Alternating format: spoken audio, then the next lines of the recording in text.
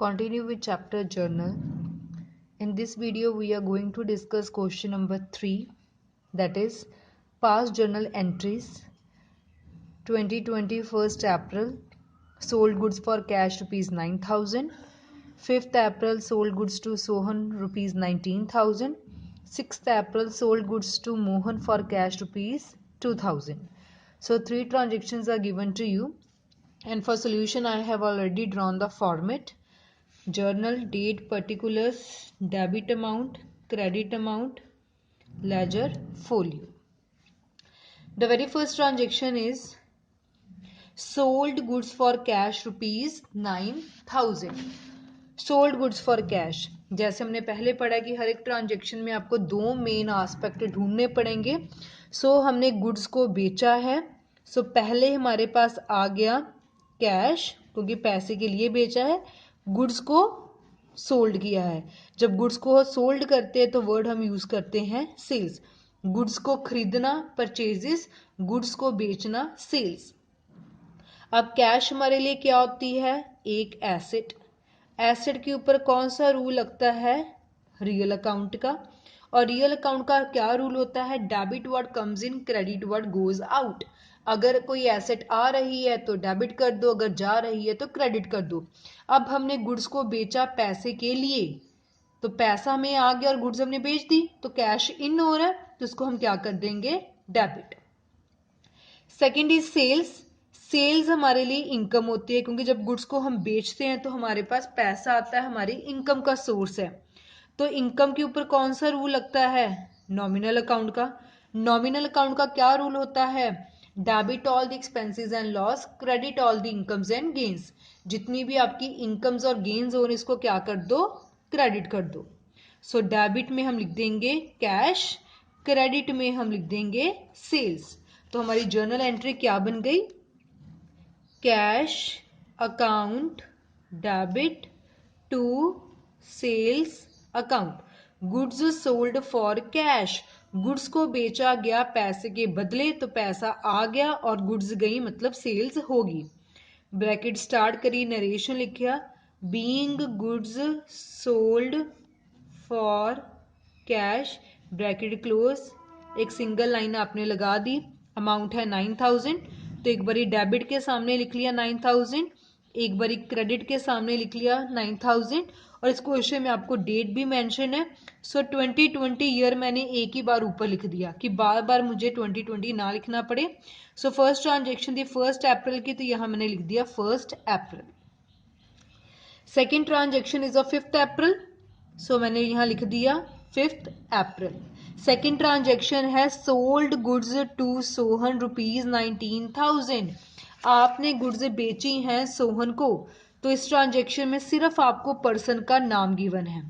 जब सिर्फ आपको पर्सन का नाम गिवन हो तो हम मान के चलते हैं कि ये हमारी क्या कौन सी ट्रांजेक्शन होगी? क्रेडिट वाली ट्रांजेक्शन होगी, उधार वाली ट्रांजेक्शन होगी. सोल्ड गुड्स टू सोहन, कि सोहन को हमने गुड्स बेची हैं, तो एक हमारे पास आ गया सोहन. जब हम किसी को उधार पे गुड्स बेचते हैं तो वो हमारे लिए क्या बन जाता है? हमारा डेटर. सेकंड, हमने गुड्स बेची हैं, तो उसको हम क्या बोलते हैं? सेल्स. अब सोहन, सोहन नेचुरल पर्सन है, कोई रियल में पर्सन है, तो नेचुरल पर्सन है, तो इसके ऊपर कौन सा अकाउंट लगेगा? पर्सनल अकाउंट का. और पर्सनल अकाउंट का क्या रूल होता है? Debit the receiver, credit the giver. अब हमने सोहन को गुड्स बेची, तो सोहन ने तो गुड्स रिसीव की ना, तो रिसीवर को हम क्या कर देते हैं? डेबिट. सेल्स, सेल्स हमारे लिए इनकम है. इनकम के ऊपर रूल लगता है नॉमिनल अकाउंट का. नॉमिनल अकाउंट का रूल होता है debit all the expense and loss, credit all the incomes and gains. जितनी भी आपकी इनकम्स है उसको क्या कर दो? क्रेडिट कर दो. तो सेल्स को क्या कर देंगे? क्रेडिट. डेबिट में हम क्या लिख देंगे? सोहन. क्रेडिट में हम क्या लिख देंगे? सेल. तो ध्यान रखना कि जब सिर्फ पर्सन का नाम गिवन हो तो मतलब उधार पे हमने गुड्स को बेचा है. अब सोहन को हमने उधार पे गुड्स बेची हैं, तो सोहन इज द रिसीवर, तो रिसीवर को हमने क्या कर दिया? डेबिट. Sohan account debit.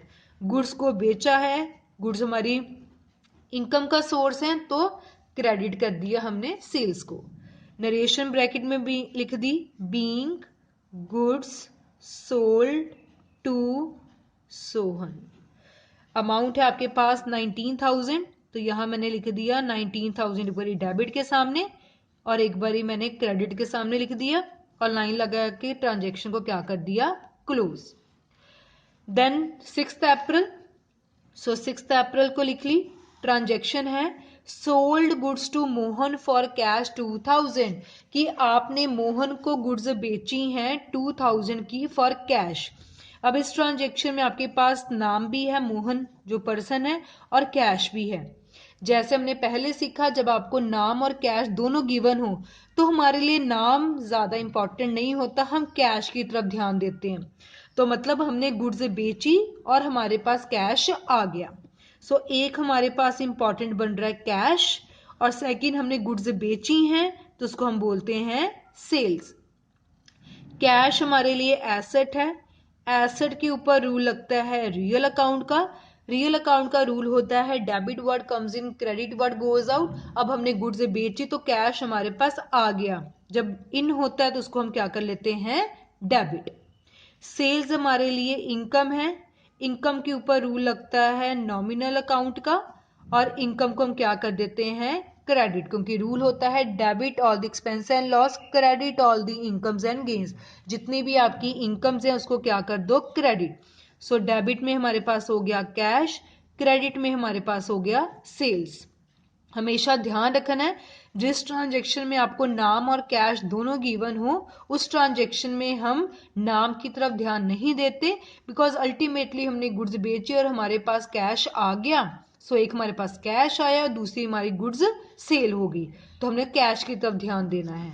तो यहां आपकी एंट्री बन जाएगी कैश अकाउंट डेबिट, क्योंकि गुड्स बेची कैश आ गया, टू सेल्स अकाउंट जो आपने गुड्स बेची। सो नरेशन लिख ली being goods sold to Mohan for cash, bracket close, एक सिंगल लाइन लगा दी। अमाउंट थी आपके पास 2,000 की, तो यहां मैंने लिख लिया 2,000 2,000। अब 3 ट्रांजेक्शन थी, हमने तीनों लिख ली। अब जर्नल का हम टोटल करेंगे। सो आपके पास आ रहा था 9,000 प्लस 19,000 प्लस 2,000, तो इसका टोटल आपके पास आ गया 30,000। सिमिलरली 9,000 प्लस 19,000 प्लस 2,000, इसका भी टोटल आपके पास आ गया 30,000। Debit must be equals to credit. So this was about question number 3 of chapter journal.